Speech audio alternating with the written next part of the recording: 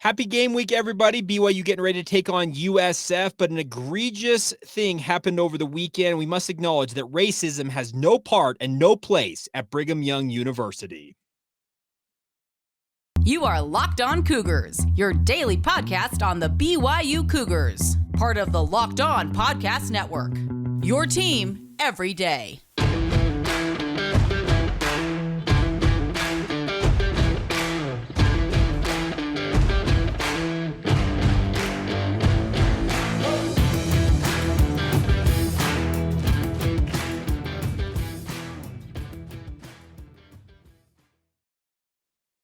What is up, friends? I'm Jake Hatch, your host here on Locked On Cougars, your resident BYU insider. Thank you for making us here on Locked On Cougars your first listen of the day. Hope you all are doing fantastic out there and had a fantastic weekend. We are very proud here to be part of the Locked On Podcast Network, where, of course, the motto is your team every day. And as such, we are your only daily podcast focused on the BYU Cougars. My goal here, simply stated, is make you the smartest BYU fan in the room by giving you all the news and notes involved with BYU athletics that I can muster in about 3 minutes every single day. So thank you for taking the time. By way of introduction, for anybody who may be checking us out, just real quick, my name's Jake. I work for the KSL Sports Zone in Salt Lake City, Utah, as the executive producer of DJ and PK in the morning, and I am also your host here, talking all things BYU.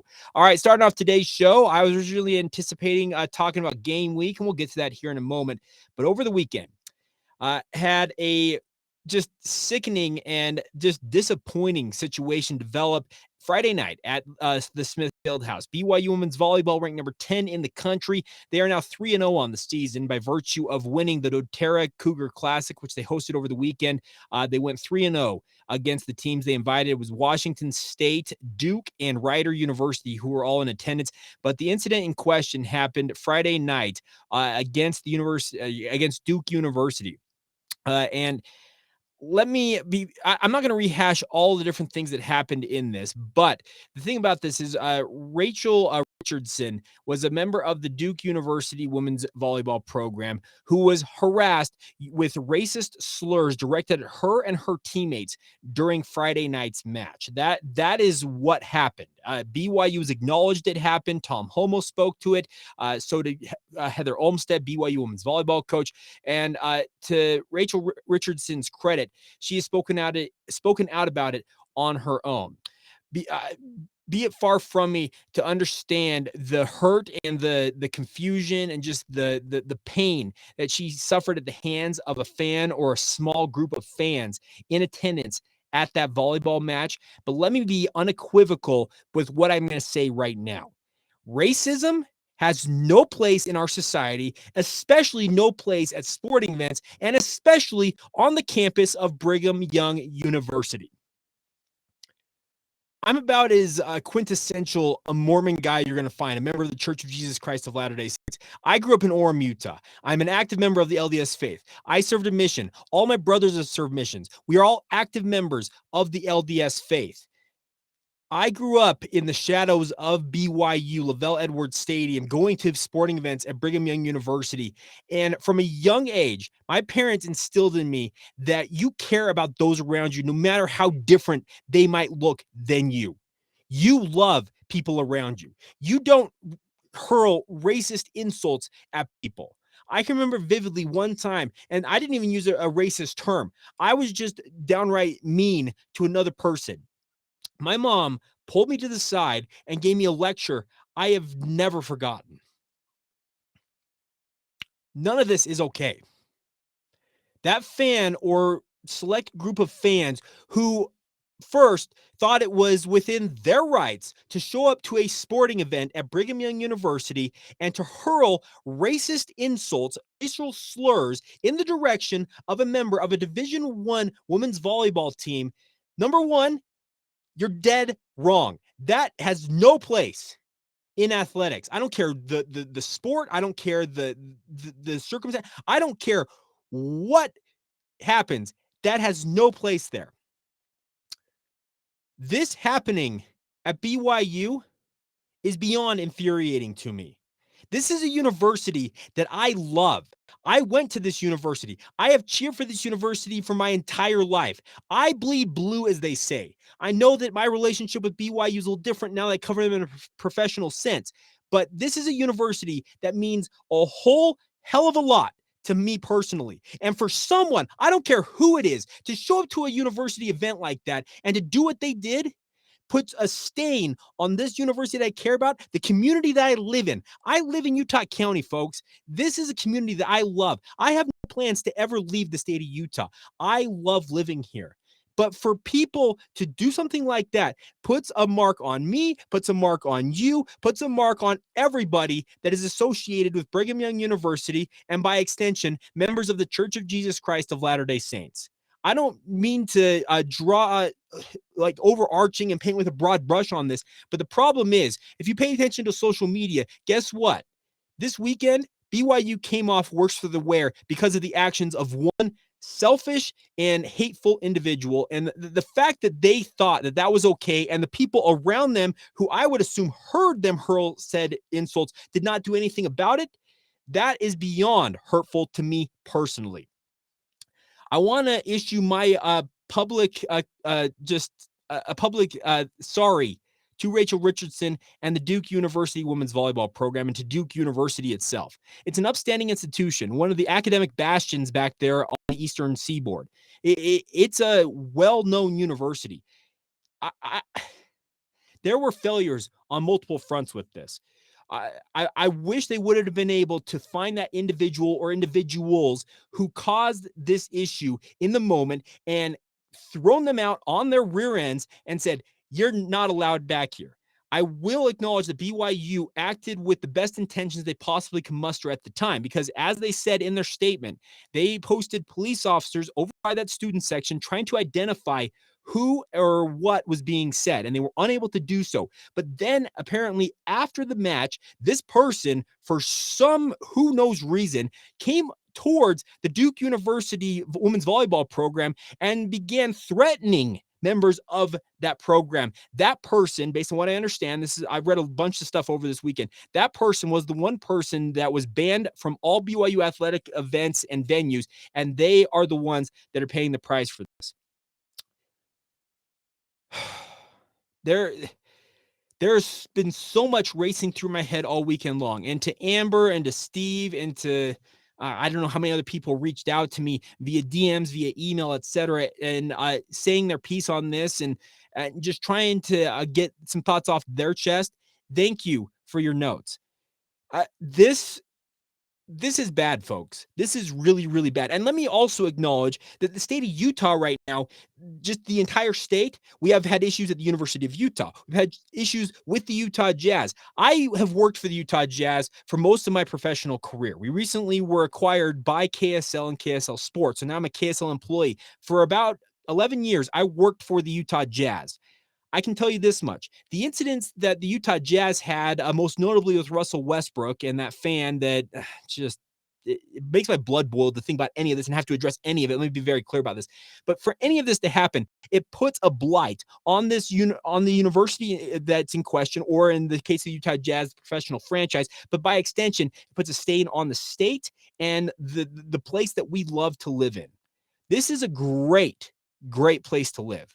There's reasons why just legions of people are moving to the state of Utah, folks. But we need to acknowledge that we have an issue in our community.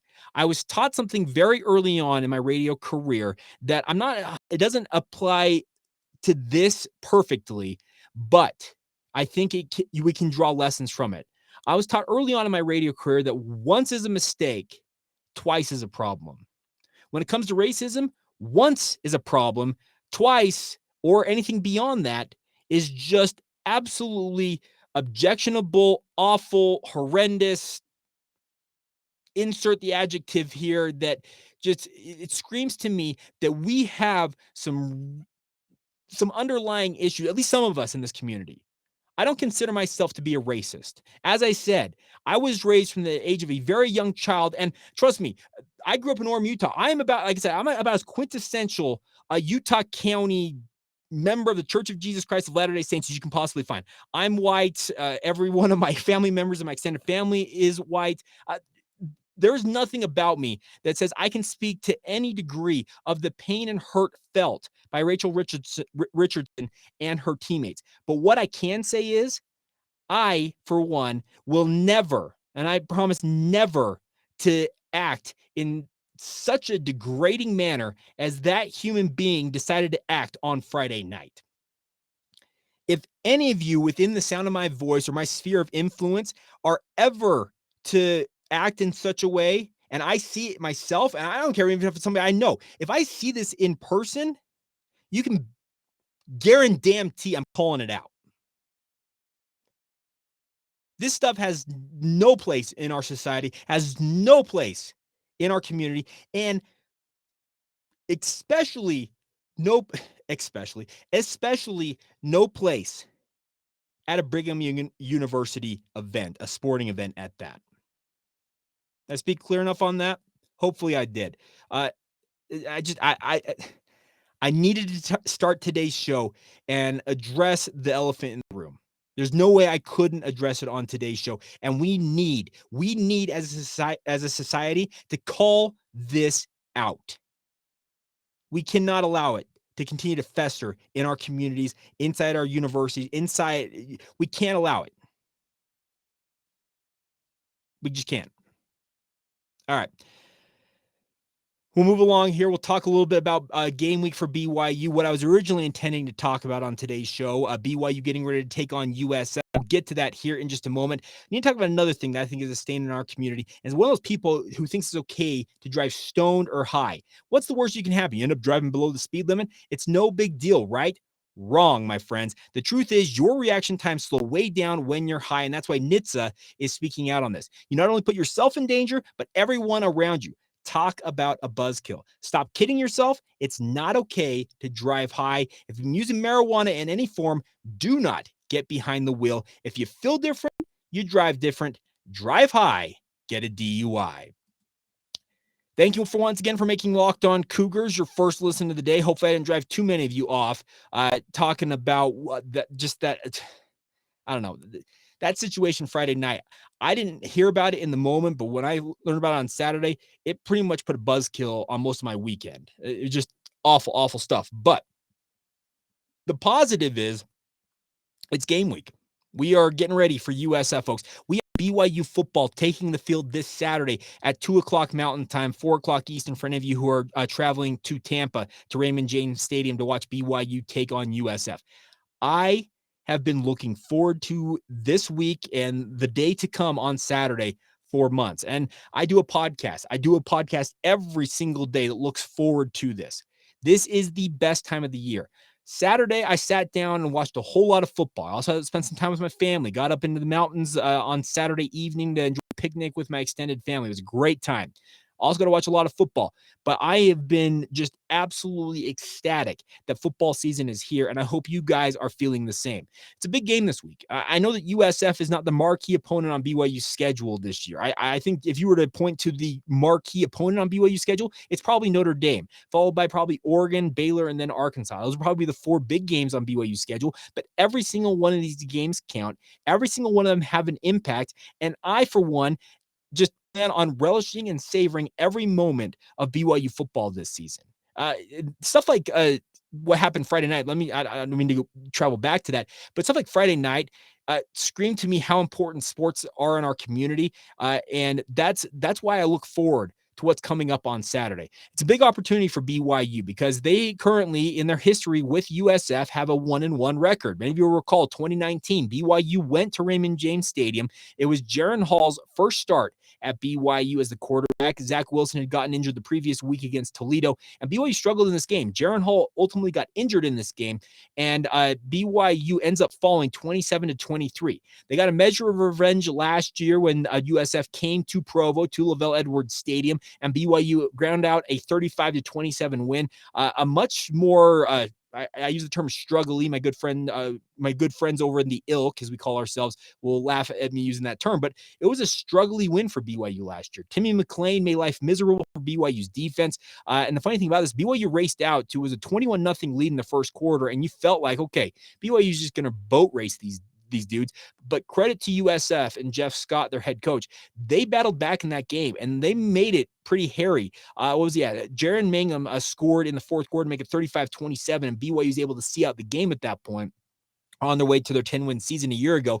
But I don't know what the future with BYU and USF will hold, but I can tell you this much. I, for one, don't want to see BYU go into a hiatus or maybe these two programs never play again, having a losing record against the Bulls. Now, the Bulls are coming off a 2-10 season. They struggled in many respects last year. They brought in a lot of transfers. We're going to talk more about this throughout the week. We're going to talk about players to know. We're going to catch up with members of the media down there at USF. We're also going to catch up with Clark Barrington later this week as well to get his insight on this matchup. He's a guy, if I'm not mistaken, pretty sure Clark has played in both of the previous matchups against USF. So he'll be able to speak directly to what happened for BYU in both of those games, and we'll get his insight on that. But this is a big opportunity for BYU to get the season off on the right foot. Think about this. Think about how much of a downer it would be for BYU to start this season 0-1 after all of the hype yours truly and others have been talking about with regards to this BYU football program. This is a program last year that was thought to be in a rebuilding mode and went up and put up 10 wins. Think about it. There were 12 guys off that 2020 squad that was absolutely lights out and led by guys like Zach Wilson. And a lot of people thought, okay, Jaron Hall is going to enter the season and he'll kind of settle in, and BYU may grind out 7 or 8 wins and have a pretty good year. What did they do? They went 5-0 against the Pac-12, went 10-3 overall. They exceeded my expectations, I think most people's expectations last season.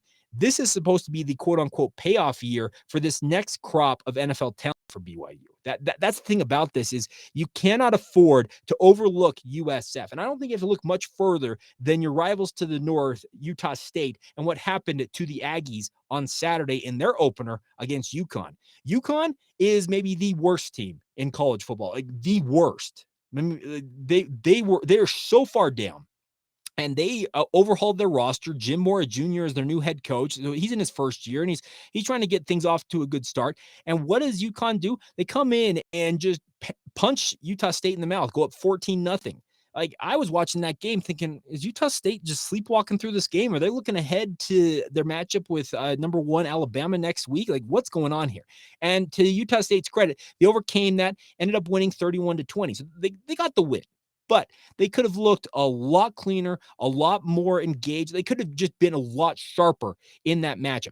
Season openers are tough because you have to really kind of, kick the cobwebs out in many ways. You've gone through a month of training camp at that point, hitting each other, but you've not played a game in well over 9 months at that point. That's the thing about this is a lot of these guys are going to hit somebody in that game like, all right, I haven't done this in a minute. And you just kind of get back to feeling like you do when the middle of the season comes, but you haven't done it in a hot minute. The biggest thing is BYU's got to keep their focus on the here and now and focus on USF. That home opener against Baylor a week from now, be very easy to look forward to that. Be very easy to look forward 2 weeks from now when BYU takes on Oregon. There's so many things going here that BYU's players could lose sight of what is most important. That is going 1-0 and taking care of business against USF.